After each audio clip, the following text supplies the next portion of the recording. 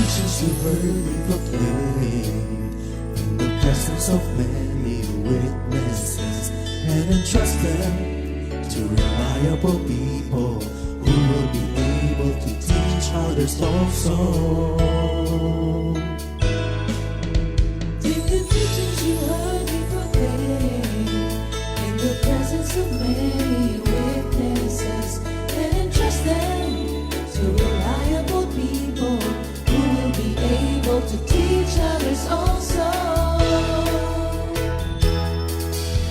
Take the teachings you heard me proclaim in the presence of many witnesses, and entrust them to reliable people who will be able to teach others also. Take the teachings you heard me proclaim in the presence of many witnesses, and entrust them to reliable people who will be able to teach others also. 2 Timothy 2:2. Hallelujah, 2 Timothy 2:2. Praise the Lord. 2 Timothy 2:2. You and me, let us proclaim the gospel. 2 Timothy 2:2.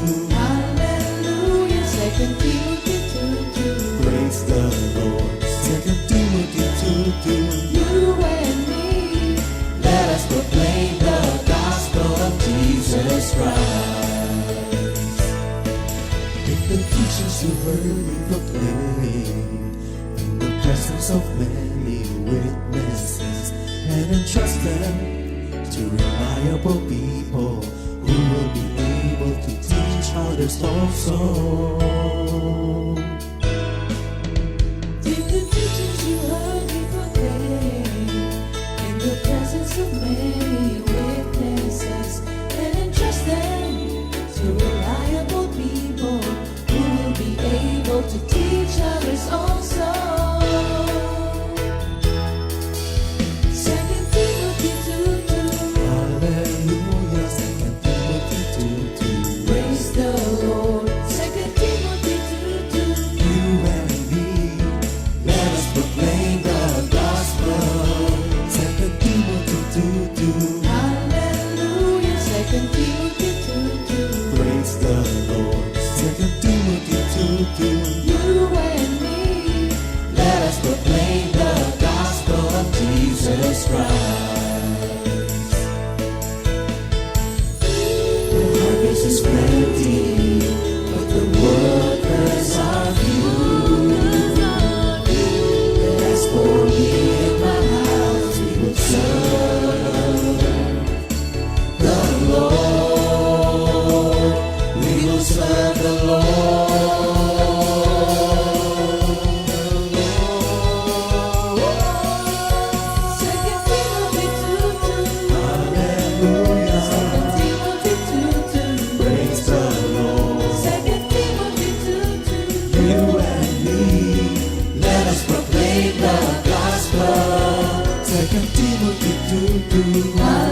hallelujah. 2 Timothy 2:2. Praise the Lord. 2 Timothy 2:2.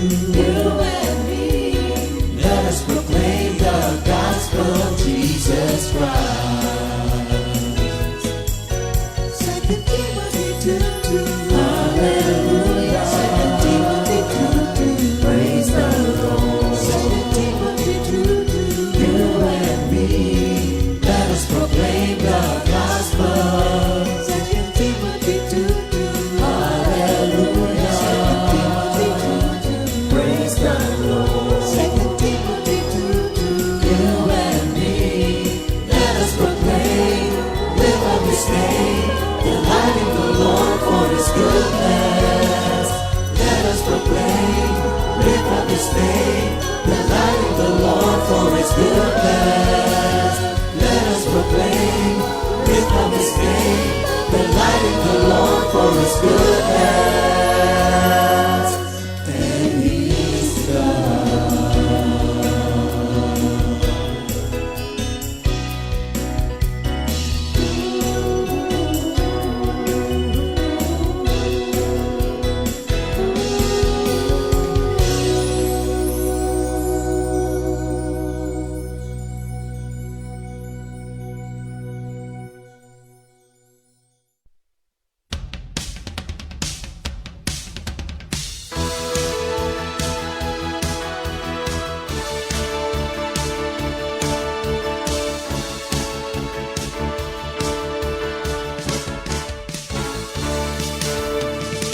Tuloy-tuloy ang pagpapala, ibibigay upang sumagana. Pagpapala ng Diyos, di mawawala, magaganap sa'yo.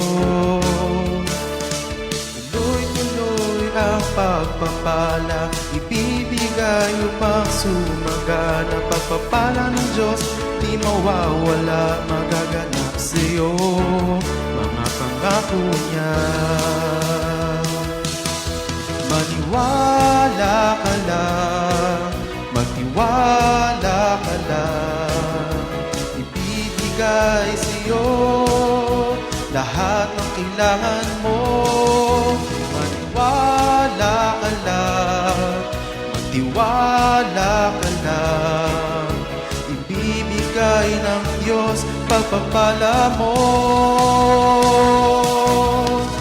Tuloy-tuloy ang pagpapala, ibibigay upang sumagana. Pagpapala ng Diyos, di mawawala, magaganap sa'yo.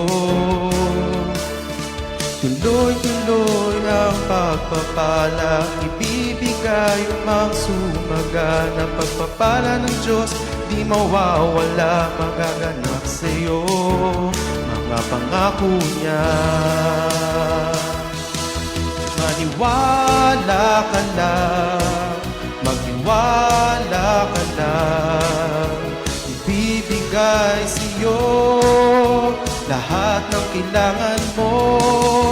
Maniwala ka lang, magtiwala ka lang, ibibigay ng Diyos pagpapala mo.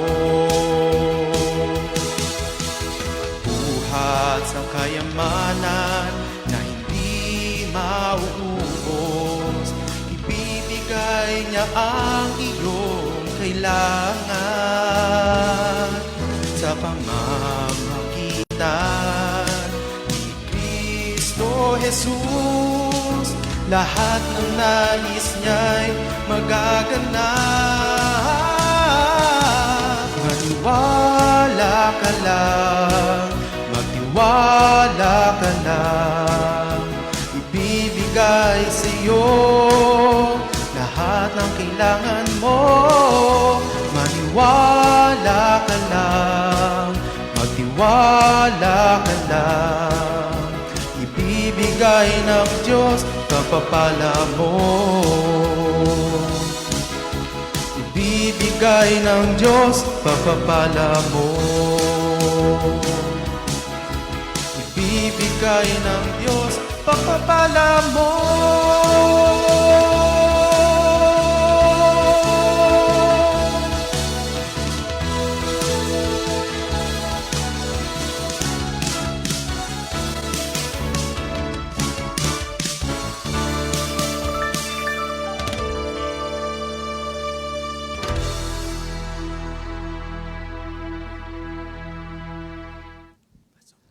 Good morning, Jesus!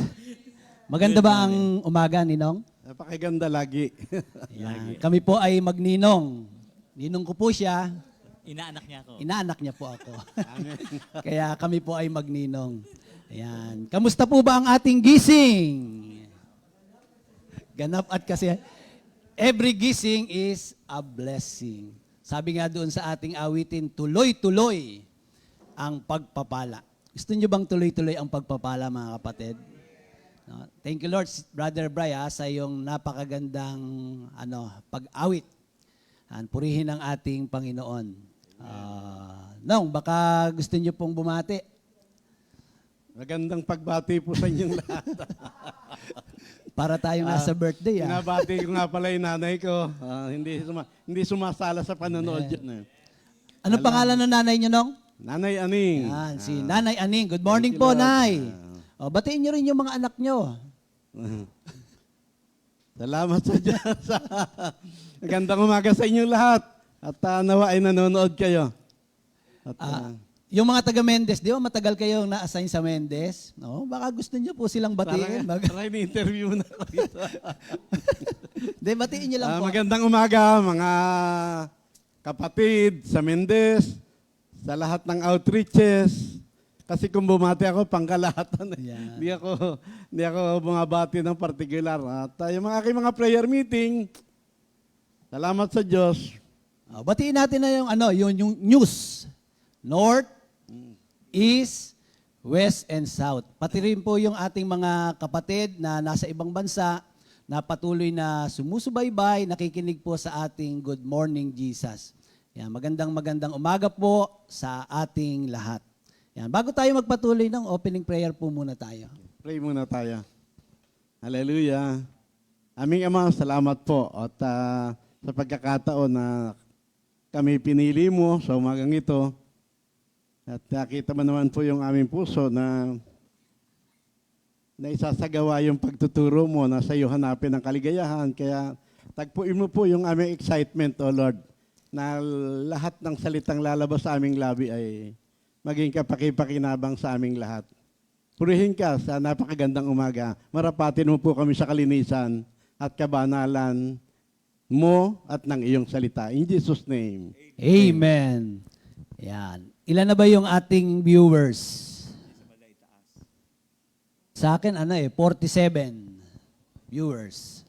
Maring yung iba nasa trabaho, no? Yung iba nasa sasakyan, at yung iba naman ay nasa kanya-kanyang tahanan. Saan man tayo naroroon, yan, ang pagpapala ng Panginoon ay laging sumaatin, no? At salamat sa umagang ito. Good morning, Brother Louis Belmonte. Yan. Ikaw ay nanonood ngayon. At sabi niya, sure, done.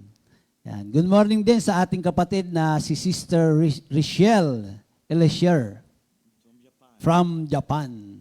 No? Good morning din kay Ninang Net Mercado. Mami mo ba yan, Sister Jam? Yan. From Baguio naman, si Sister Teresa Serrano. Good morning po, yung mga kapatiran natin sa Baguio at sa ating worker. Brother Minister Dodi and Brother Mar, kamusta kayo dyan? Good morning. Malamig ba dyan? Dito malamig din. Kasi naka-aircon. Good morning din kay Brother Mike and Sister Angie Sotomango. From ano naman to? Nasaan po? Nasa Amerika pala ngayon. Yan. Thank you, Lord. Ganon din kay Sister Marisa Oichi na nandito ngayon sa Pilipinas. Good morning po. Kasama niya siguro si Sister Rose Iwata. Kasi magkasunod eh. Good morning, Sister Rose. Meron din from Japan. Puro Japan to. Sister Gina, got my tan. Sa ano naman to? Bustos. Yan, good morning sa ating mga kapatiran dyan sa Bustos. Dyan sa Bustos, Nong? Meron tayo dyang isang sister na dinadialysis. Pangalan niya si Sister Sally. Pero lagi siyang nakikiusap na bago siya i-dialysis, kung pwedeng maka-attend muna siya ng prayer meeting. Tapos alam niyo, nakakatuwa, gustong-gusto niyang kumanta. Kaya ang gagawin niya, malabo na yung mata niya eh. Ang gagawin po niya, yung kanta natin, pipicturean niya sa cellphone. Tapos kanta siya ng kanta. Tapos alam niyo, sabi niya, Minister Jeff, pwede bang akong manood nung GMJ? Kaya ngayon, nanonood na siya nung ating GMJ. Alam niyo, ang nakakatuwa dito, nag-share siya nung isang araw. Nagpa-laboratory. Alam niyo, sabi daw nung doktor, kasi yung kanya pong kidney ay stage 5. Stage 5, sabi sa kanya. Pero alam niyo, nakakatuwa. Nung tiningnan daw siya, ang kidney niya raw ay clear. Lahat po kami namangha. Stage 5, pero ang kanyang kidney ay clear. Ngayon po, pag tiningnan mo yung sister, basta pagdating sa gawain, tuwang-tuwa po siya. Ang lakas ng faith ng ating sister. Kaya Sister Sally, alam ko nanonood at isang araw, makakapag-share kayo dyan. Malapit na rin ang anniversary ng Bulacan. No? Sa June 19. Yan, kaya lahat po ng manggagawa ay invited. No, gagawin yan sa Galilee Resort sa Bustos. Kaya yung mga taga Bustos, pakilinis na po yung resort, ha? Ayan, joke lang. Good morning sa inyong lahat dyan, maging taga sa mga taga Bulacan. Yan, purihin ang ating Panginoon. O, Nong, tuloy na ba tayo? Nandiyan po ba kayo? Ayan, thank you, Lord. So, meron po tayong memory verse of the week. Yan. Kita nyo ba, Nong? Pakibasan nyo po. Ang memory verse of the week, 1 John 1:7. Sa English, but if we walk in the light, as He is in the light, we have fellowship with one another. And the blood of Jesus Christ, His Son, cleanses us from all sin. Amen. Sa Tagalog, ngunit kung tayo ay nagsisilakad sa liwanag, na gaya niyang nasa liwanag, ay may pakikisama tayo sa isa't isa at nililinis tayo ng dugo ni Jesus na kanyang anak sa lahat ng kasalanan. Yan, purihin ang ating Panginoon. Nandito na ako. Yan. Thank you, Lord po. Yan, purihin ang Diyos. Sa umagang ito, ang ating pong pag-aaral ay pagpapatuloy, no? Nung pag-aaral natin na sinimulan po noong last Thursday, na ito po ay tungkol sa Beatitude. At ngayong umaga, ibabahagi po namin ni Ninong Boy itong Matthew 5, simula po sa verse 7 hanggang verse 8. Dalawang verses po ito, mga kapatid. At hayaan niyo munang basahin ko itong ating pag-aaral sa Matthew 5, verses 7 and 8. Yan. Kung kayo po ay merong Biblia dyan, buksan po natin ang ating mga Bible. Sa verse 7, blessed are the merciful, for they shall obtain mercy. Sa verse 8, blessed are the pure in heart, for they shall see God. Ito ang mabuting balita ng ating Panginoon. So dahil ito po ay dalawang verses, paghahatian po namin ng aking ninong. Ano ba napili nyo, Nong? Verse 8. Mic nyo po. Verse 8 ang sabi. Verse 8. Blessed are the pure in heart. Gusto nyo bang joke? Kasi nung Monday, lumapit si Ninong Boy. Sabi niya sa akin, tayo raw dalawa sa Thursday. Sabi ko, opo. Anong sa akin? Ano bang turo natin? Sabi ko yun daw pong verse 7 tsaka verse 8. Ano yung sa akin? Sabi ko, sa inyo na po yung verse 8, yung pure in heart. Tanong niya sa akin, bakit? Malinis ba ang puso ko? Ano sagot ko? Sabi ko sa kanya, pagka mga senior na, malakas na ang apil sa langit. Kaya dapat malinis na ang puso. Biro lang po yun, ha? Biro lang yun. Kasi si Ninong Boy, pag tinanong mo kasi siya, ang laging sagot niya, siya po'y handa na. No? Anytime, pwede na siyang kunin ni Lord. Kaya ganun ang biro ko sa kanya. Pero yun naman po ay biro lang, mga kapatid. Kaya sa umagang ito, dahil kanya yung verse 8, akin po yung verse 7. So ano po yung nakalagay sa verse 7? Ulitin ko, mga kapatid. Ang sabi po dito, blessed are the merciful, for they will receive mercy. No, mapalad ang mga mahabagin sapagkat sila'y kakahabagan ng Diyos. Alam niyo po kung tayo yung tao na ang puso natin ay mahabagin, pag nabasa po natin ito o narinig po natin, tiyak matutuwa po tayo. Pero kung tayo po yung tao na wala tayong pakialam, no? O para bang namumuhay tayo na soloista, no? Wala tayong pakialam sa ating kapwa, sa ating nangyayari sa ating kapaligiran. Pag narinig natin ito o nabasa natin, masasabi natin, ay, babaguhin ko na. Magiging mahabagi na ako. Napakaganda po itong ating pag-aaral. Sinabi po dito ng ating Panginoon, sa English ay blessed, no? O ano ba sa Tagalog ang blessed? Pinagpala o mapalad. Sa ibang version naman, ang ginamit po ay happy. So, di ba pag sinabing happy, masaya. So, hindi sinasabi dito na mapalad daw ang mayroong malalaking bahay. No? Hindi rin sinabi dito na mapalad ang maraming sasakyan. Ang sinabi po dito ng Panginoon, mapalad ang mga mahabagin. Sapagkat kahabagan sila ng ating Panginoon. No? So, sino daw po yung mapalad? Sino daw yung bless? Ang taong mahabagin. Pwede bang tanungin niyo yung katabi niyo? Ikaw ba'y mahabagin?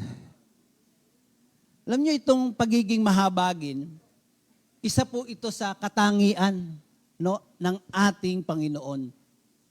At hindi lang po ito katangian, ito po ay puso ng ating Panginoon.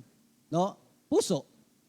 So, bukod sa siya ay katangian ng ating Panginoon, ito ay puso din ng ating Panginoon. Di ba kapag tayo ay, di ba tayo, may mga anak tayo. Di ba sa bahay pa lang, tinuturuan na po natin yung ating mga anak nung good manners and right conduct. Para habang lumalaki yan, no, na itatanim mo sa kanya kung ano yung tama, kung ano yung mabuti, kung ano yung dapat gawin. Kaya nga tayo, pinipilit natin na yung ating mga anak, yung ating mga apo, dalhin sa gawain ni Lord. Kasi,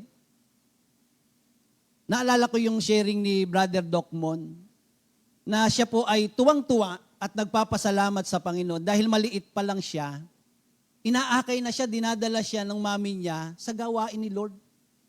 Kaya siya'y lumaki ng merong salita ng ating Panginoon. Kaya sabi niya, narating ko ito, hindi dahil sa magaling ako, masipag ako, hindi. Dahil ito sa tulong ng ating Panginoon. Minsan, akala natin, yung mga bata, naglalaro lang, yung mga bata, patakbo-takbo lang. Hindi natin namamalayan, yung palang mga naririnig nila, natatanim pala sa kanilang kaisipan. Minsan, si Minister Jerry po, assign doon sa Bible study sa East, meron pa noong Bible study sa East. Nasabi niya na yung kanin, di ba? Wag daw natin yung sasayangin. Kasi pag daw sinayang natin, sayang yung grasya. No? Nabanggit niya yon. Ngayon, nung after Bible study, kumain na po kami. Nag-prepare ako ng pagkain. Biglang natapon yung kanin sa table.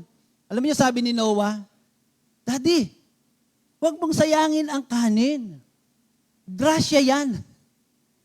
Di ba sabi ni Brother Jerry, sabi ko, akala ko hindi ka nakikinig. Sagot sa akin, akala mo lang yun. So nakikinig pala. Yung mga bata tumatatak, sa kanilang kaisipan, akala natin, naglalaro lang. So sa kanilang paglaki, yun ang gusto nating makita. Higit ang ating Panginoon. Kaya tinawag niya yung kanyang mga alagad doon sa bundok at itinuro itong beatitude na bilang tagasunod ng ating Panginoon, bilang mananampalataya ng ating Panginoon, bilang mga Kristiyano, ang nais niya po, makita sa atin itong mga katangiang itinuro niya.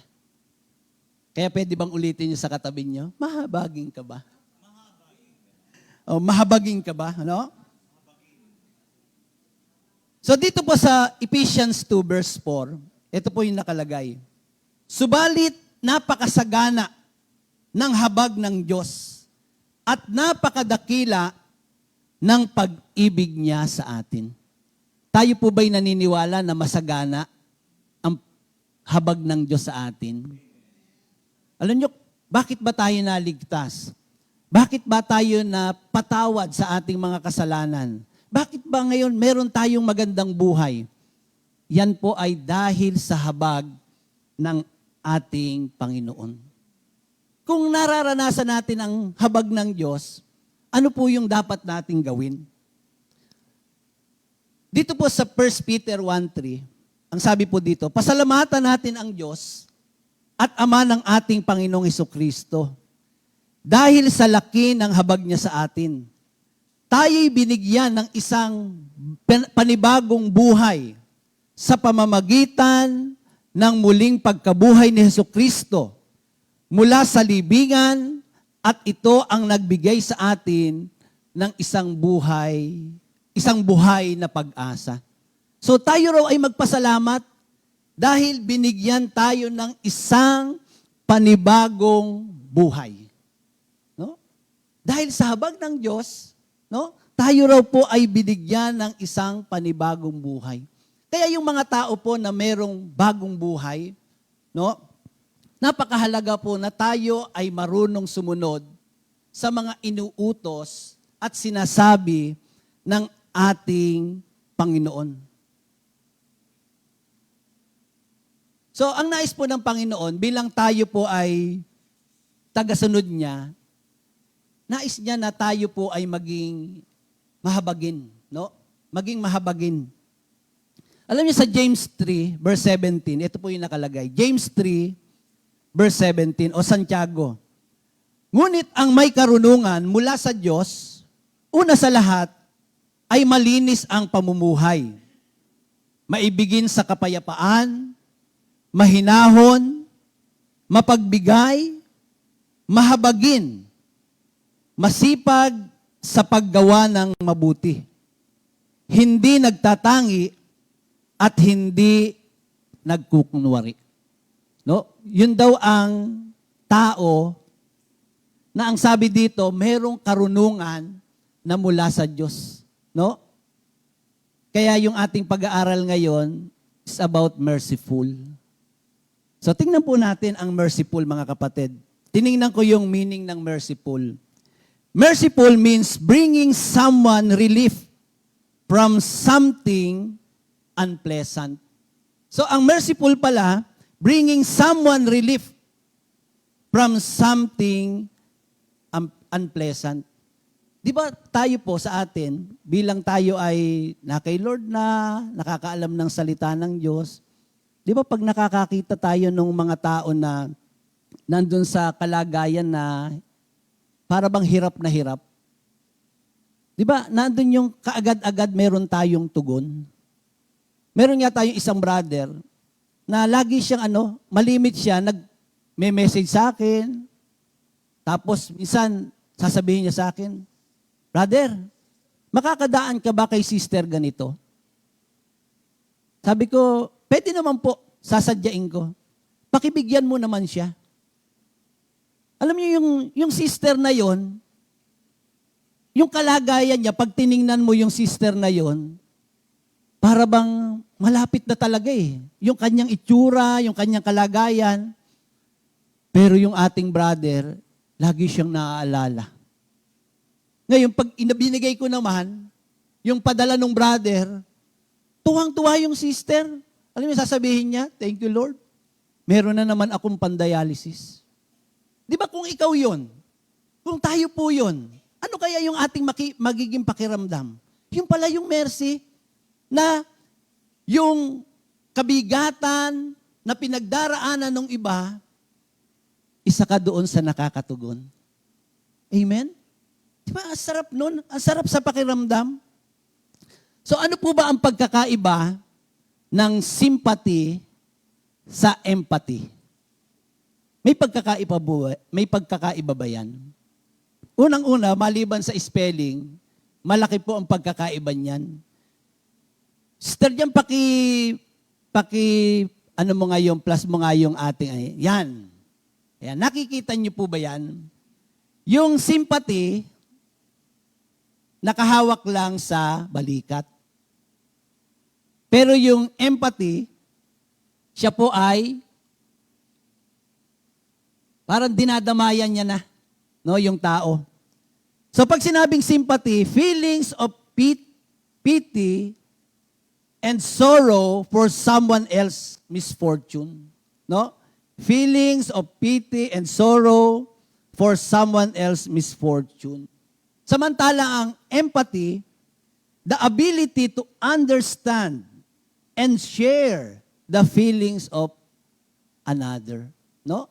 Meron ka ngayong kakayanan na maunawaan at hindi lang maunawaan, maging bahagi tayo, maging parte tayo doon sa pinagdadaanan ng iba. Glory to God. Si Pastor Alex po, glory to God po. Ito yung na-observe ko sa kanya, na kapag meron tayong napupuntahan, tulad po nung nag-open tayo sa Bicol. Hindi ko lang po natatandaan ni Pastor Alex at yung mga kasama ko. Doon po sa Bicol, nung pagdating po namin, kita mo agad yung bahay doong ni Tatay Berting. No? Alam nyo ba na kaagad-agad, sabi ni Pastor Alex, sinong gustong mag-share ng semento? Sinong gusto ng yero? Biglang lahat nag-volunteer. Ganito po, ganyan. Biglang naayos yung bahay. Doon sa Gumaok, pagpunta niya roon, nakita niya agad yung kalagayan. Kaagad-agad, ganito, ganyan, share tayo para maging parte tayo ng blessing. Ibig kong sabihin po, kaya ko ito nabahagi, lahat naman tayo. Di ba pag pumupunta po tayo sa ating mga kamag-anak, pag nakita natin yung kanilang sitwasyon, yung kanilang kalagayan, di ba nandun agad yung ating empathy? Alam niyo, pagka ang tao palang mahabagin, yung taong merciful, lumalakas yung yung discernment. Lumalakas yung discernment at natututo kang makinig sa ating Panginoon. Kasi pagka, di ba discern mo yung need ng iba. Kaya pag pinakita sa atin ni Lord, yung need ng tao, mangungusap agad sa atin si Lord. Totoo po yun, mga kapatid. Ngayon, minsan, nangyari po ito sa akin. Assign po ako sa Kuya po. Doon po sa Kuya po, yung mga na-assign po doon, meron doon isang matanda, isang lola, na bago pumunta ng prayer meeting, nagtitinda muna po siya ng gulay. One time po, habang naghihintay ako, dumating yung matanda. Dala niya yung maraming gulay na nandun sa bilao at nakapatong sa ulo. Po yun, mga alauna ng tanghali. Di, napakainit. Pagdating doon, pagpasok doon sa loob, pawis na pawis yung matanda. Di ba pag tayo nakakita ng matanda na pagod, ang tendency niyan, maawa agad tayo. Alam niyo, binaba niya yung tindan niya. Pagbaba niya doon sa tindan niya, kita ko ang daming, may kalabasa, may sitaw, may talong, iba-iba, sari-sari yung tindan niya. Sabi ko, Nay, nabuhat niyo yan? Sagot niya sa akin, kailangan bakit nagtatrabaho pa po kayo? May edad na kayo. Ano yung sagot niya sa akin? Walang kakainin ng aking mga apo. Kaya kailangan kong gawin to. Di ako po, awang-awa doon sa matanda. Ano yung sabi sa akin ni Lord? Bigyan mo. Di ba kahit sa atin yun, sasabihin ni Lord, bigyan mo. Sa palagay niyo, binigyan ko po. Di ko po binigyan. Hindi ko po binigyan. Kasi, nung time na yon, binabudget ko yung pera ko. Pero kahit pala binabudget mo, pag sinabi ni Lord, alam nyo, hanggang sa makauwi ako, hindi po ako mapakali. Sabi ko ngayon kay Lord, Lord, sorry po. Iyaan niyo po sa next week. Ibibigay ko talaga. Alam nyo, pag balik ko ng following week, hinahanap ko agad yung matanda. Inabot ko ngayon. Alam nyo, pag abot, tuwan-tuwa yung matanda, halos maglulundag. Alam niyo, sabi niya, meron na kaming pambiling bigas. Meron na kaming pambiling ulam.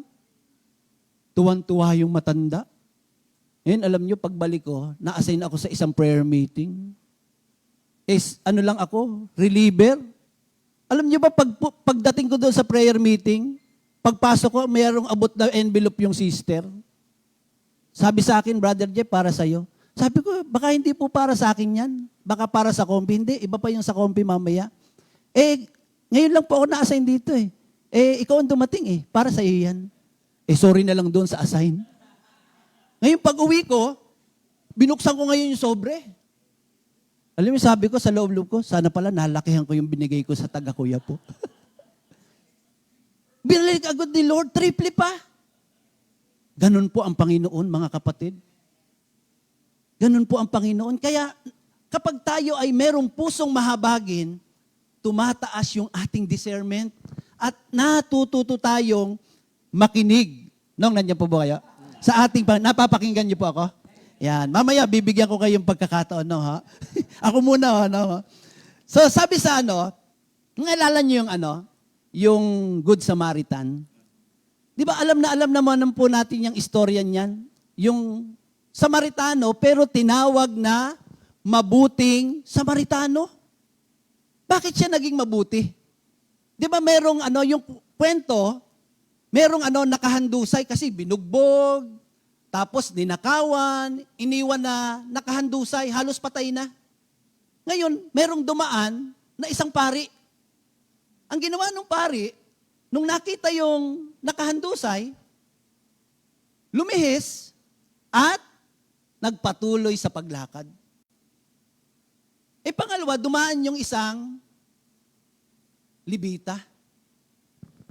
Nung nakita yung nakahandusay, anong ginawa?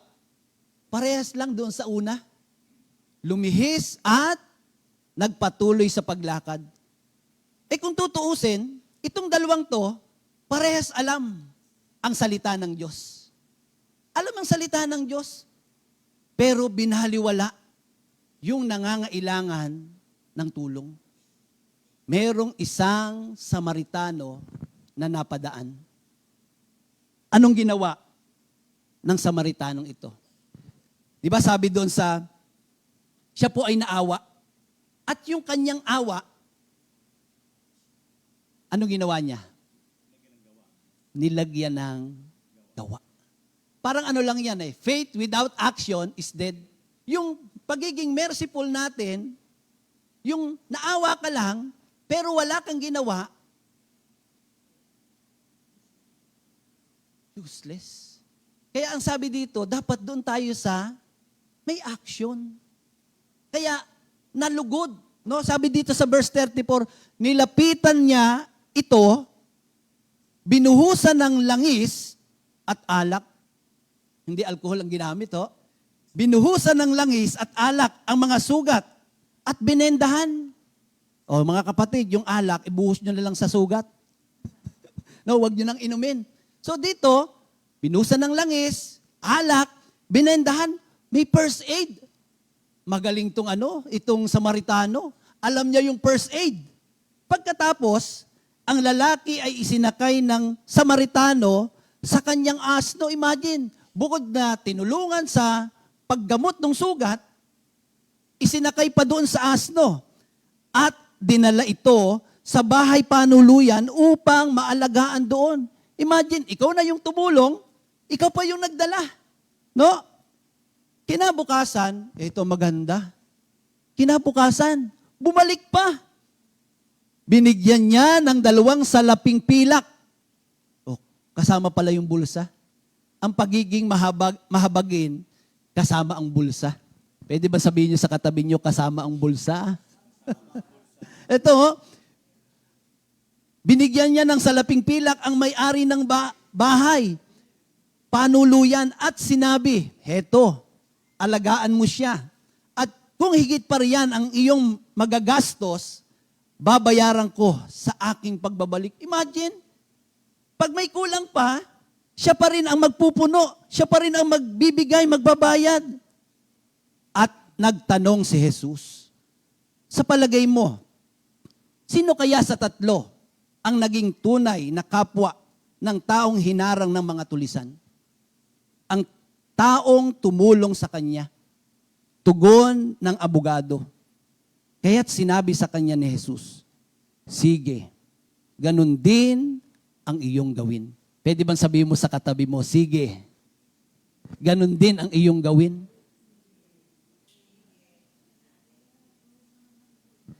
Kailan po kaya, no, tayong lahat, kailan po kaya huli nating naipamalas ang ating pagiging mabuting Samaritano? Alam niyo, sa panahon ngayon, ang daming nangangailangan ng habag. Kaya nga, di ba doon sa Matthew 9:35, nakita ni Jesus ang kalagayan ng mga tao. Litong-lito, lupaypay, parang mga tupang walang pastol. Anong sinabi niya? Di ba nahabag siya sa mga tao? Kaya sabi niya sa kanyang mga alagad, idalangin ninyo sa may-ari ng ubasan na magpadala ng mag-aani sapagkat napakaraming aanihin. Ngunit, kakaunti lang ang mag-aani. Dito po sa ating pag-aaral, sabi sa Matthew 25, verse 40, sasabihin ng hari, tandaan ninyo, nang gawin ninyo ito sa isa sa mga alagad ko, siya man ang pinakahamak, ako ang inyong tinulungan. Kaya sabi dito sa ating pag-aaral, mapalad ang mga mahabagin sapagkat sila'y kakahabagan ng Diyos. Pwede ba sabihin mo sa katabi mo ngayon, kinahahabagan na kita? Meron pong isang awitin ang mami na miligaya.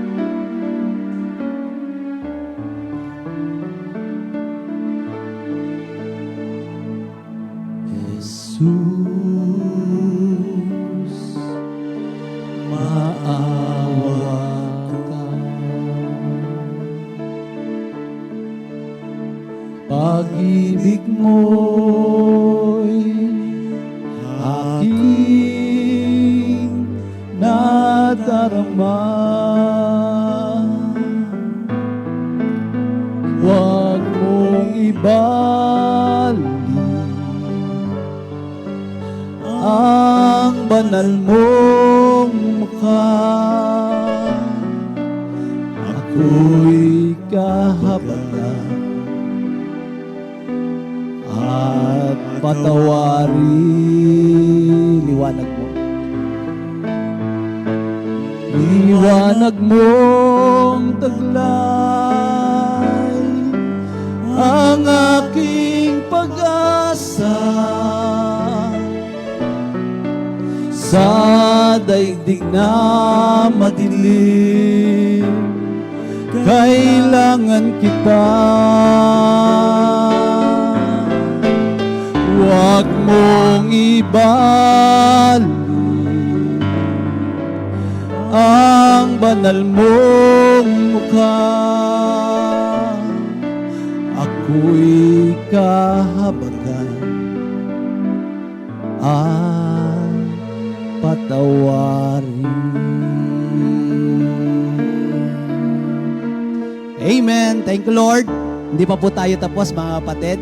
Pero magbe-break muna po tayo at babatiin po natin ang may mga kaarawan sa araw na ito. May 16, 2024. Happy birthday ba? Sino pong may birthday? Pastor JB Kagimbal. Ninong JB Kagimbal. Happy birthday, Nong. Bekenemen. Birthday din pala ni Sister Ditas Umlas. Yan, Sister Ditas. Happy birthday po. Sige, Nong. Sister Emang Pajilago. Pahilago. Brother Jerry Marasigan. Sister Ana Magno. At si Sister Lina Casanova. Happy birthday Wala sa bang inyo. may anniversary, Sister Jam? Wala po. Happy birthday po sa ating mga kapatid. Enjoy Your day. Brother Bong, pasok.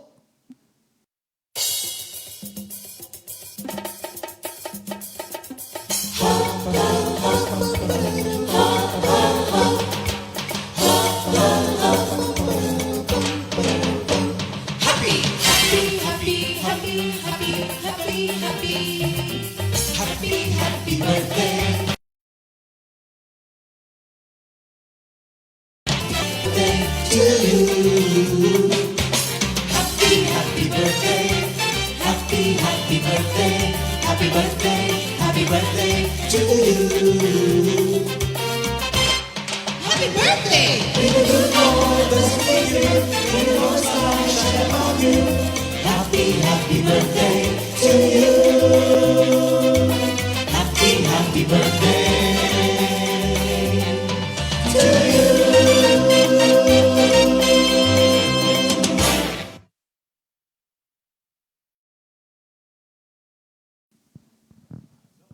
Happy birthday mga kapatid! Enjoy your day. Meron po tayong announcements. Ang unang announcement, Covenant Meeting, June 15, 2024, 1 p.m. onwards. Gagawin po sa City Garden Grand Hotel. Wow! Makati. All Covenant members, active and inactive, no? Active and inactive. We are invited, no? Let us be reminded of our covenant with the Lord. Yan. Sa lahat ng mga covenant members, huwag nating kalilimutan. Ang ating pangalawang announcement, CSM Summer Camp, May 31, Friday, 11 a.m. Start of registration to June 1, Saturday, 12 noon, ang check-out po. Saan po gagawin? At Angela's Leisure Farm and Resort in San Pablo, Laguna. Magkano bayad? 1,200 per head. Inclusive of food and accommodations. So yung other details, to follow po mga kapatid. Yan. At ngayon po, meron tayong repeat new song of the week. Title, Sing for the Risen King. Sorry naman. Composed by Brother Darwin Datu. Arranged by Brother S.J. Garcia.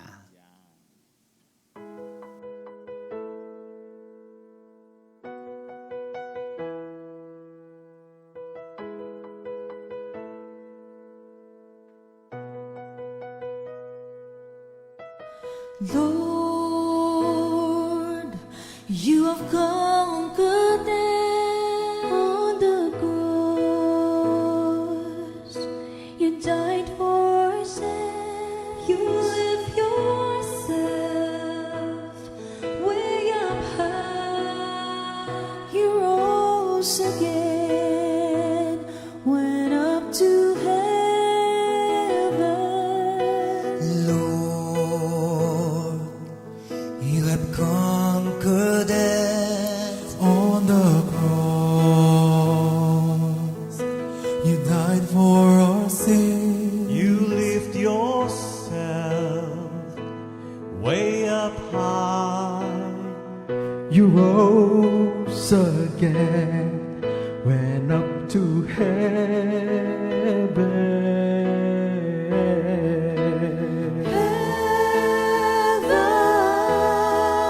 Let us sing for the glory of the King. Let us sing for the risen King. We glorify the Lord With music and hymns, worship and praise. true to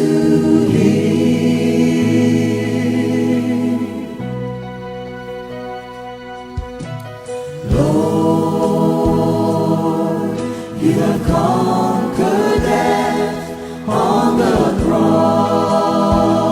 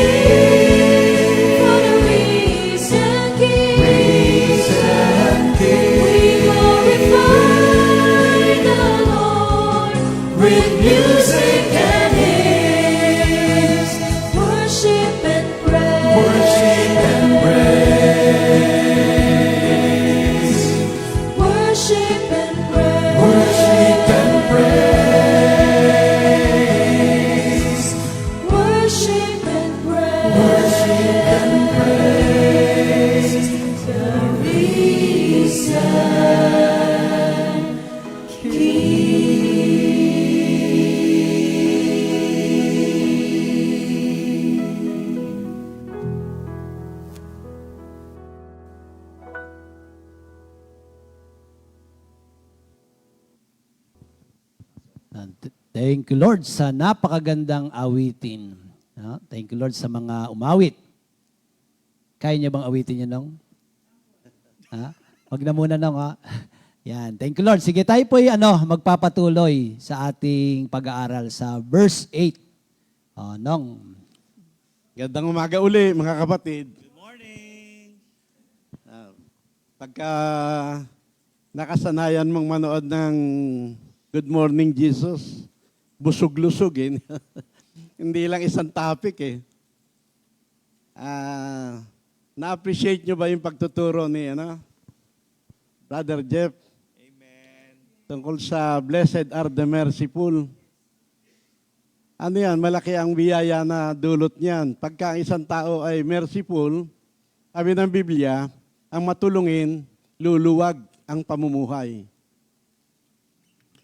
At ang matulungin, tiyak na tutulungan. At ang maganda sa pagka ikay matulungin, wala kang katatakutan kahit dumating ang end times. Mercy prevails over justice. Hindi ka matatakot sa kahatulan.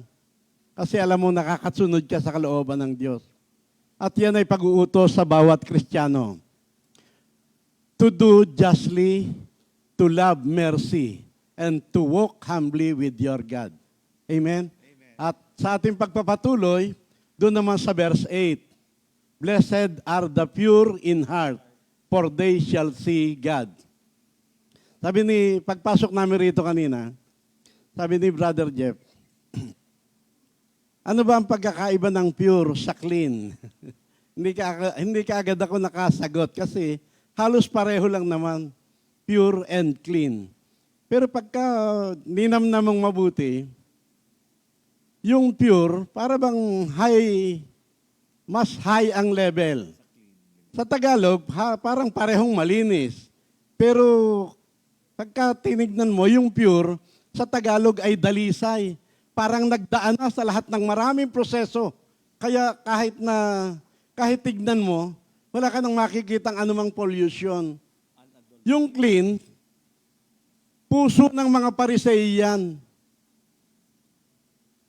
Mukhang malinis, pero parang nicho di ba?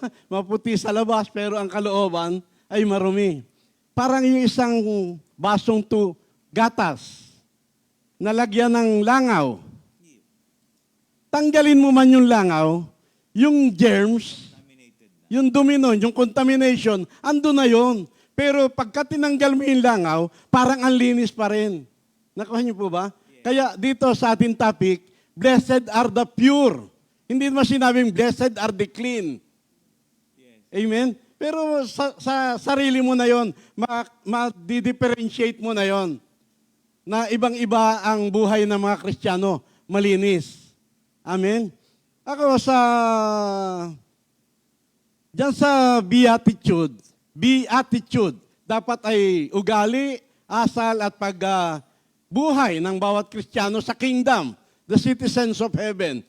Meron na paborito dyan na tuwing ituturo ko yan, yung Matthew 5:12, na ang sabi ron, yung pinaka-conclusion ng beatitude, magdiwang kayo at magalak, sapagkat malaki ang inyong gantimpala sa langit. Yan ay nagsasummarize ng buong beatitude. Magdiwang kayo at magalak, sapagkat malaki ang inyong gantimpala sa langit. Yan ay pinakahuli. Lahat ng blessing, ng promises of beatitude nakapaloob na dyan. Amen?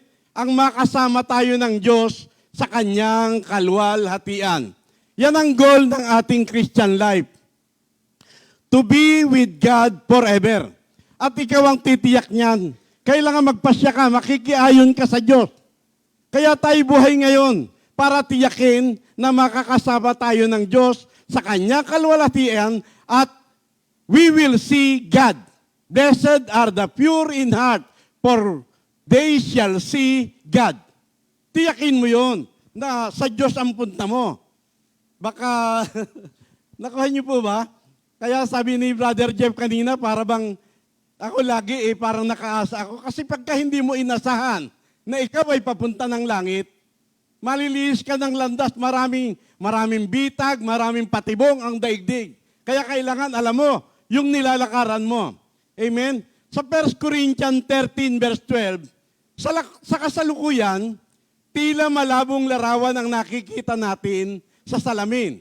Ngunit darating ang araw, makikita natin siya ng mukhaan.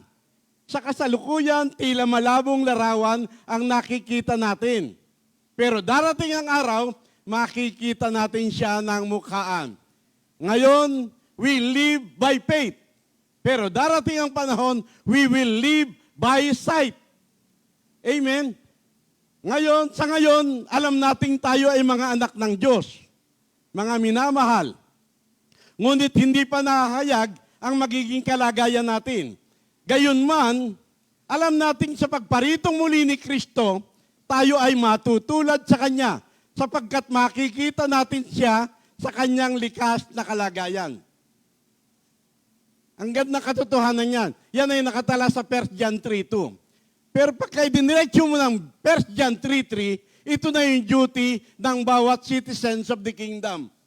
Lahat ng may pag-asa kay Kristo, nagpapakalinis katulad ni Kristo. Hindi pwedeng hindi. Hindi pwedeng hindi nasa kalinisan.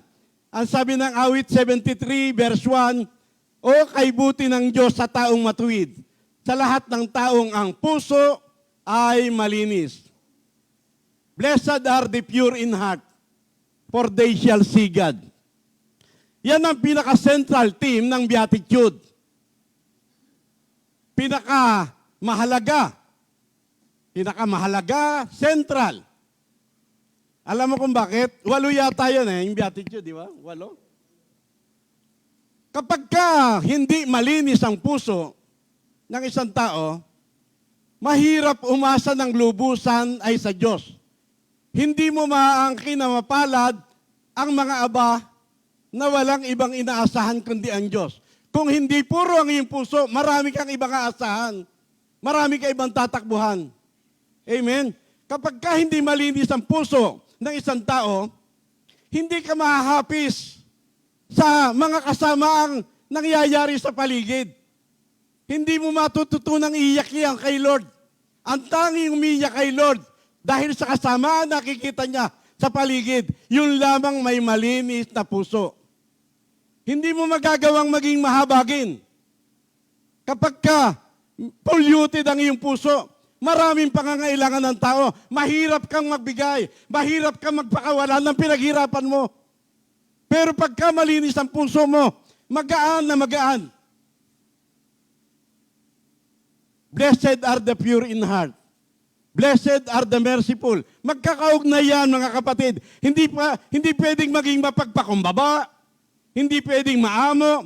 Hindi pwedeng hungering and thirsting for righteousness.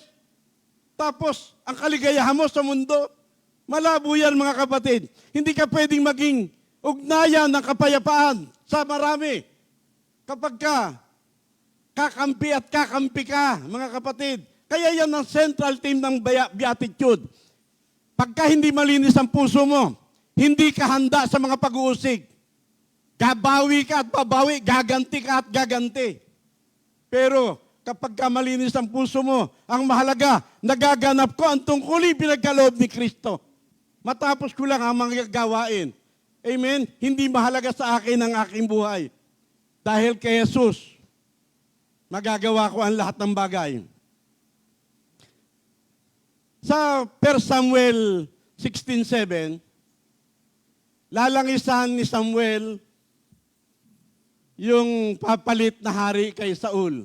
Sa utos ng Diyos, nagpunta siya sa bahay ni Jesse. Maraming anak si Jesse. Pero nung makita niya, si Eliab, yung kapatid ni David, sabi niya, ito na ang hari. Matangkad, matikas, gwapo. Sabi ng Diyos, huwag kang tumingin sa tikas at tangkad niya. Ang tao tumitingin sa panlabas na anyo, pero ang Diyos ang tinitingnan puso. At yan na ang naging prinsipyo ng bawat Kristiyano. Kailangang may malinis, dalisay na puso. Ang Biblia, Lagi tayong binibilinan na to serve God with our whole heart, to seek God all our heart, to love God with all our heart. Puro whole heart, all our heart. Kasi pagka sinabing heart, buong pagkatao. Kaya kapag ka marumi ang puso, ano malinis sa'yo? Mga kapatid, tanda natin, ang kinakausap sa pagtuturo ng Panginoong Hesus, yung mga alagad, yung mga natuto na. Amen? Pagka pinag-uusapan ng puso, nandiyan ang ating mga talino, damdamin, emosyon, yung ating mga pagmamahal, lahat. Yan ang pinakasentro ng ating personalidad. At laging binabanggit ng Panginoong Hesus ang tungkol sa puso. Sabi ng Panginoong Hesus, sapagkat kung saan naroon ang inyong kayamanan, naroon din ang inyong puso. Ibig ng Panginoong Hesus na siya ang maging ating kayamanan. Ibig ni Hesus na maibig natin siya ng buong puso, buong lakas, buong pag-iisip, buong kaluluwa. Lahat ng bagay sa iyo, ibig ni Lord Kanya. Hindi tira-tirahan ng ating mga oras. At dinidiin niya, binibigyan niya ng diin. Kasi ang puso ang nagre-reveal ng tunay nating pagkatao. Mga lahi, sabi ng Panginoong Hesus sa mga Pariseyo, mga lahi kayo ng ulupong. Paano kayo makakapangusap ng mabuti? Marumi ang inyong puso. Nakakapangusap lang ng mabuti ang isang tao kung maganda ang kalagayan ng kanyang puso. Ang masasama ang sinasabi sapagkat masama ang kanyang puso. So ang puso ang nagre-reveal. What comes out of the mouth comes from the heart. Amen? Kung ano ang laman ng puso, siyang bukang bibig. Ganun ba yon? So, tatandaan natin, binibigyan ng diin ng Panginoong Hesus puso, hindi yung ulo. Hindi mo mapapahanga ang Panginoon sa iyong katalinuhan. Ang hanap ng Panginoong Hesus sa sino mang taong makaharap niya, pananampalataya.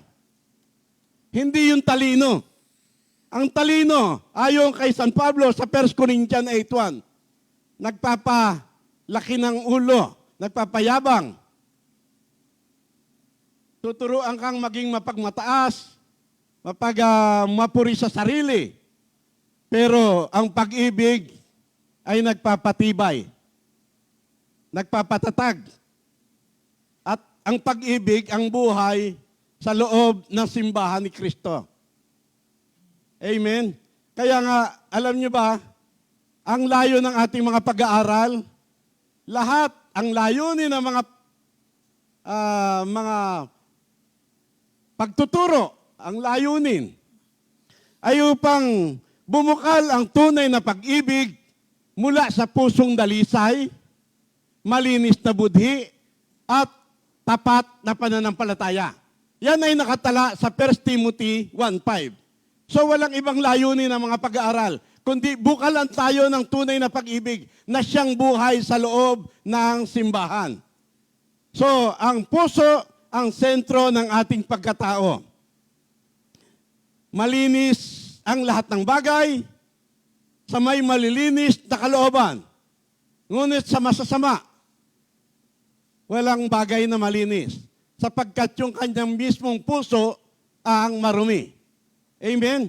So,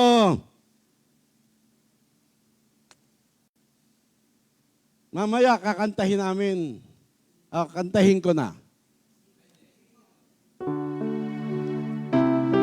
Ilang, mas maganda kung wala ng tugtog. Blessed are the pure in heart, for they shall see God. Blessed are the pure in heart, for they shall see the Lord. For they shall see the Lord. For they shall see the glory and majesty. For they shall see the glory of the Lord. they shall see the glory and majesty. Blessed is he who seek the face of the Lord. Alam mo yung mga kanta ko, pang umpisahan lang eh. Pero salamat sa Diyos, kahit pa paano nakakakanta tayo. Kasi alam na alam natin yon. Hindi naman yung kantang mahalaga, ang mahalaga ay maipapamuhay mo. Hindi ko sinasabing perfecto na rin yung aking puso. Pero tatandaan natin, sa puso nakatingin ang tao. Makita lamang ni Lord yung aking pagnanais na makasunod, sapat na yun. Sapat yun. Wala namang perfecto, tatandaan natin. Ang nakapamuhay ng perfecto bilang Kristiyano, si Jesus lamang. At siya ang ating tularan. Mataas ang standard ni Lord. Pero kahit makakapraso ka lamang, sapat na. Ngayon, ang sabi ng Panginoong Jesus, ang mga pinagpala, mga mapapalad, mga masasaya, maliligayang mga tao, mga especially favored by God, yung may malilinis na puso. Ngayon, may problemang konti. Kasi ang tala ng Biblia, ang puso ng tao ay magdaraya. At ang sabi, wala ng pag-asa ang kabulukan.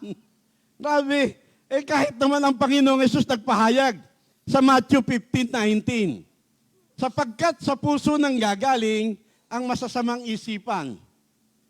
Pagpatay, pangangalo niya, pakikiapid, mga pagnanakaw, mga pagsaksi sa kasinungalingan, at mga paninirang puri. Sa puso lahat ng gagaling yan. Ngayon, at yan ang mga nagpaparumi sa tao.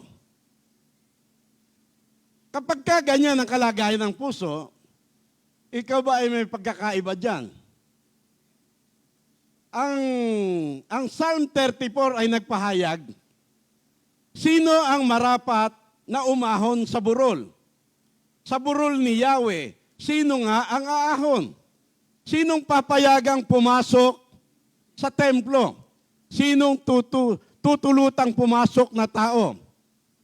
Siya na malinis ang isip at buhay, na hindi sumamba sa Diyos-Diyosan, tapat sa pangako na binibitiwan. So, malinis na kamay, dalisay na puso. Tandaan natin na ang bawat isa sa atin, tayo ay mga na-born again in the Spirit. Pero yung ating puso at isipan, matagal na naging tirahan ng kasamaan. Mahabang panahon na nababadyan sa kasalanan. Kaya, kailangang ayusin. Maaring sa ngayon, katulad namin, ako, particularly ako, nakalaya na ako sa lahat ng bisyo. Pero, wala na ako sa mga ginagawa ko nung araw na nakahihiya.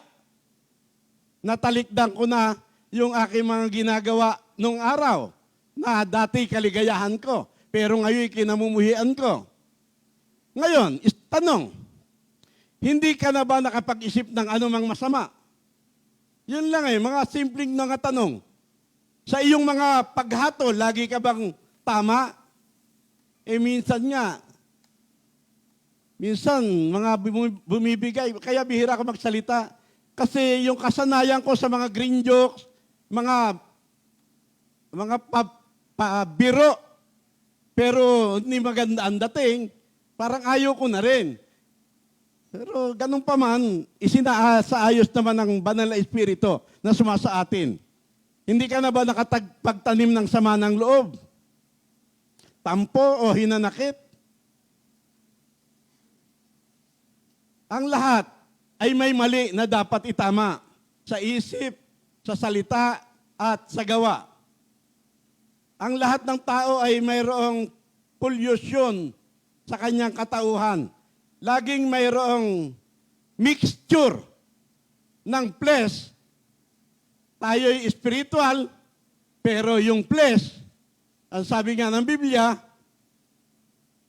ang espiritu ay laging handa, pero ang laman mahina. Kaya pray, pray, pray. Kung si San Pablo nga, dakilang mangangaral na, mighty preacher na, ang sabi niya sa Romans 7:18, binabalansi ko lang mga kapatid. Sabi ni San Pablo, alam kong walang anumang mabuting bagay na nananahan sa katawang ito.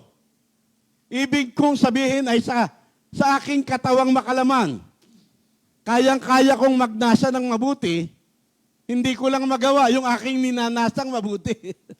Parang walang kakayahan hindi ba?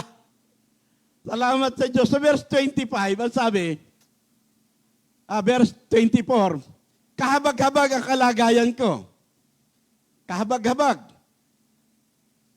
Sino ang magliligtas sa akin sa katawang ito na nagdudulot sa akin ng kamatayan?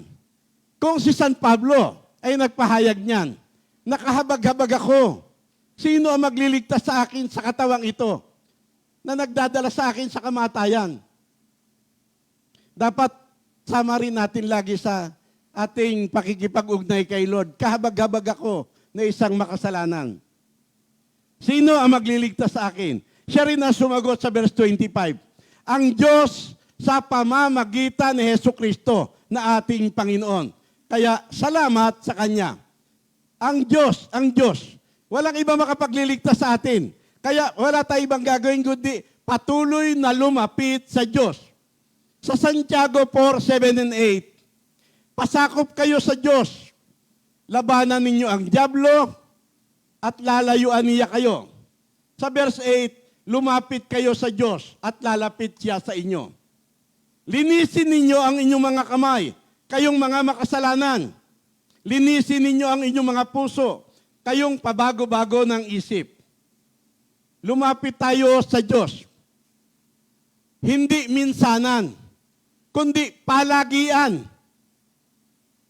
Palagian ang lapit. At sa ating paglapit sa Diyos, itanim mong malalim sa iyong puso na iisa lang ang daan palapit sa Diyos. Walang iba. Iisa lang ang daan. Huwag kang tumawag-tawag kung kani-kaninong pangalan. Iisa lang ang tagapamagitan sa Diyos at sa tao. Iisa. There is only one mediator. Iisa lang ang pamamaraan pinagkaloob ng Diyos upang ang tao hindi lamang maligtas, kundi malinis at sa gayo'y tuloy-tuluyang mapagpala. Sa John 6:37, ang sabi ng Panginoong Hesus, lalapit sa akin ang lahat ng ibinigay sa akin ng Ama, at hindi ko itataboy ang sino mang lumalapit sa akin. Sa Hebrews 10:22, ganito ang nakasulat, kaya't lumapit tayo sa Diyos nang may pusong tapat at matibay na pananampalataya sa Kanya. Lumapit tayong may malinis na budi, sapagkat nilinis na ang ating mga puso at hinugasan na ng dalisay na tubig ang ating mga katawan. Nasagot, kung pinakikinggan nyo, nasagot yung Jeremiah 17 verse 9.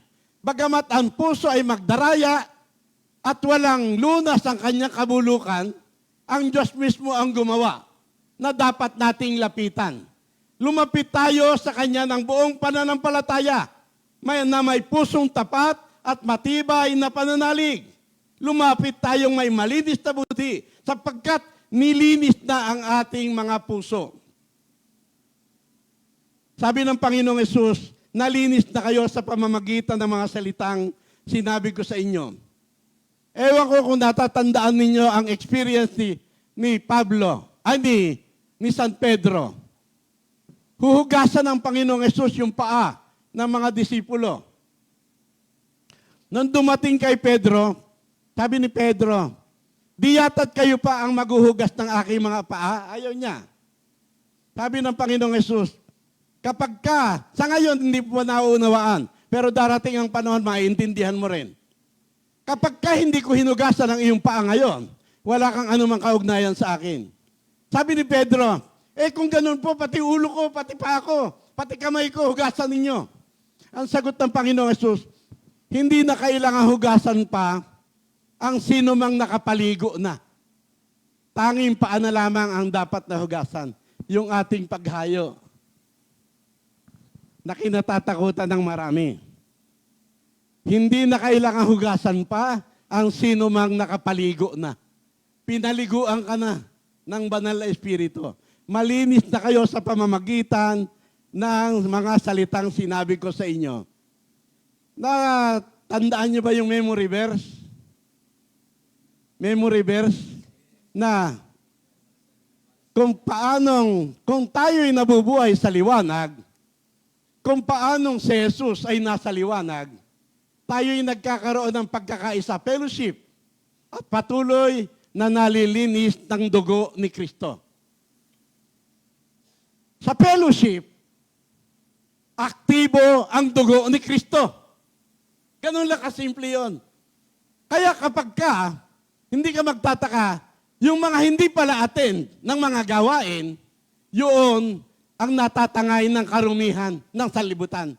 Pero kapag lagi ka sa mga gawain, nalilinis kang patuloy ng dugo ni Kristo sa lahat ng iyong kasamaan. Aktibo ang dugo ni Jesus sa mga fellowship. So, palagi yan na tuloy-tuloy ang lapit. Search your heart sa lahat ng iyong gagawin. Hayaan mong ang pag-ibig ni Kristo ang maging motibo mo. Let the love of Christ compels you. Amen. Ang motibo, yung masasamang motibo, ano yan? Yung English na insidious and deceptive. Tuso at mapanlinlang. At yan ang pumupuno sa puso ng marami at hindi niya namamalayan. Kaya, pray tayo ng pray. Ang awit 139:23, ang sabi, search me, O God, and know my heart. Pagka nag-search ka sa sarili mo, marami kang makikitang arumihan. At kapag hindi mo alam ang teaching na ito, pwedeng ika-down mo. Parang wala ka ng pag-asa. Ano ba naman to? Attend ako ng attend. Pero ganito pa rin ako. Pero tatandaan mo, ang Diyos ang gumagawa. Ako nung araw, kahit nakabaon pa ako sa maraming bisyo, na aking minana, bata pa ako, nasa sakin na. Kahit na nandun pa rin ako sa ganong kalagayan, tuloy-tuloy na attend ng attend, pray ng pray, lapit ng lapit sa Diyos, at hinayaan ko na ang Diyos ang gumawa. Minsan nagpe-prayer meeting kami kay Pastor Ray.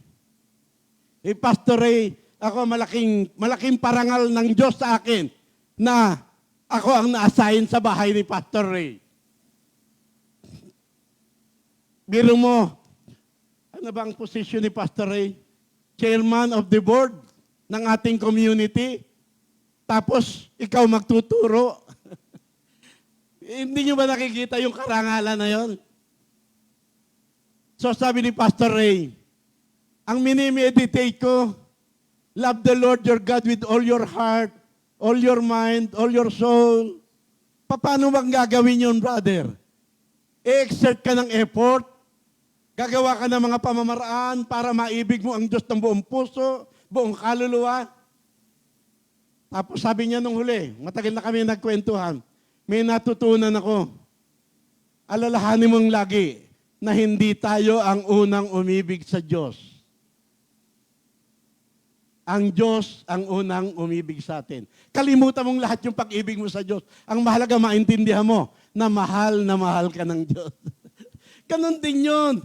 Hayaan mo, kahit anong kamalian mo, kahit anong karumihan mo ngayon, mapatuloy ka lang. Hayaan mo ang Diyos, yung sinimulan niyang mabuting bagay sa iyong buhay, tatapusin niya yan.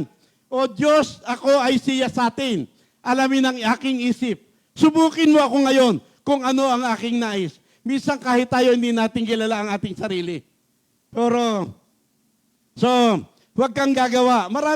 Maraming talata sa Biblia na para maging direksyon natin. Precaution. Halimbawa, huwag kang gagawa ng anumang bagay na sa hangad mong matanyag lamang. I-test mo yung sarili dyan. Huwag kang gagawa ng anumang bagay na sa paghahangad na matanyag lamang. Huwag mong pahalagahan ng iyong sarili ng higit sa nararapat. Huwag mong ipalagay na ikaw ay nakahihigit sa iba. O kaya mas marunong kaysa sa iba. Ipagmalasakit mo ang kapakanan ng iba. kaysa sa iyong sarili. Be merciful. Amen. Mga talata na maging gabay mo. Kabisado ko, kasi hindi man perfecto, pero at least yun ang lalakaran mo araw-araw. Ngayon, tanong, sa parang Rotary, no? Sa iyong paghahanap buhay, ikaw ba ay naghahangad na kumita para sa sarili lamang? O kasama ang gawain ni Kristo? O kaya ay nag-iipon ka para maluwag kang nakakapagkawang gawa? Tatandaan mo, kayang-kaya kang pasaganain ng Diyos. Higit pa sa iyong pangangailangan para ikaw ay merong maipagkawang gawa. Sa aking pagiging magagawa, testing din yan. Ano ba ang hinahangad ko rito? Maging kaaliwan ng aking kapwa? Hangaan? Ako sa akin, pagsikapan mong maging karapat-dapat sa Diyos, manggagawang walang dapat na ikahiya at tapat na nagtuturo ng katotohanan. Hindi ako nagtuturo ng hindi ko sinasagawa. Marami pang palsablay, pero tinitiyak ko na libre na tayo sa mga hayag at lihim na kasalanan. Yung lihim na kasalanan, medyo may question. Ang daming mga dapat na itama, pero dahil may involved na ibang tao, hindi ka naman kaagad-agad Kung sa sarili ko lang, madali magpasya eh. Pero kapag ka-involve ang ibang tao, mga ganyang bagay, hindi mo namamalayan, kapag ka pumukus ka sa problema, pati pagsamba mo sa Diyos, magkakaroon ng question. Magiging kang, tawag dyan? Makita lang ng tao na nandun ka. Wala na yung tunay na pagsamba sa Diyos. Sa iyong pananalangin, ano ang nais mo? Tunay na makipag-fellowship kay Lord o pakita ang tao? Iba ang pakitang tao sa pakitang Diyos, mga kapatid. Ibig natin laging nalulugod si Lord sa ating buhay. Marahang-marahang pumapasok sa puso ng bawat tao yung mga impure motives at kailangang mabantayan. Kaya lagi mo ipepray na create in me a pure heart, O God, and renew a right spirit within me. Amen. Thank you, Lord. In Jesus' name, amen. Amen. Yeah, thank you, Lord. Yan pala yung awitin dyan, ano? Hindi yung sana, dalawa ang puso, wag yun. Wag nating hilingin kay Lord na maging dalawa ang puso. Ang hilingin natin kay Lord, maging malinis ang ating puso. Nandiyo, kapag malinis ang ating puso, hindi natin ipagkakait ang habag sa ating kapwa. Kaya sa umagang ito, mga kapatid, maging tayo, mabuting Samaritano. Maraming nangangailangan. Ang taong may malinis ang puso, hindi niya ipinagkakait ang tulong sa kanyang kapwa. Gandang umaga po at pagpalain tayo ng ating Panginoon. Tayo manalangin. Lord, salamat po sa napakagandang umaga na ipinagkaloob mo sa amin, Panginoon. Hinihiling po namin, tulungan niyo po kami, Lord, na makapamuhay ng may kalinisan ng aming mga puso. Kami maging mahabagin. Makita namin ang pangangailangan ng iba, hindi lang ng aming sarili, Panginoon. Maraming salamat po sa mga salita mo na laging nagre-remind, nagpapaalala sa aming lahat ng tunay na buhay sa iyong kaharian. Pagpalain niyo po, Lord, ang lahat ng nakapakinig ng iyong mga salita. Bawat pamilya, madala po namin sa ganitong gawain upang sa ganun maipamuhay ang iyong ganap na kalooban. Maraming salamat po, buong ingat, buong galang naming ibinabalik sa inyo ang papurit pasasalamat. Ito po'y aming dalangin sa pangalan ni Jesus. Amen. Amen. God bless po, mga kapatid. Thank you, Lord. Amen. 2 Timothy 2:2. Hallelujah. 2 Timothy 2:2. Praise the Lord.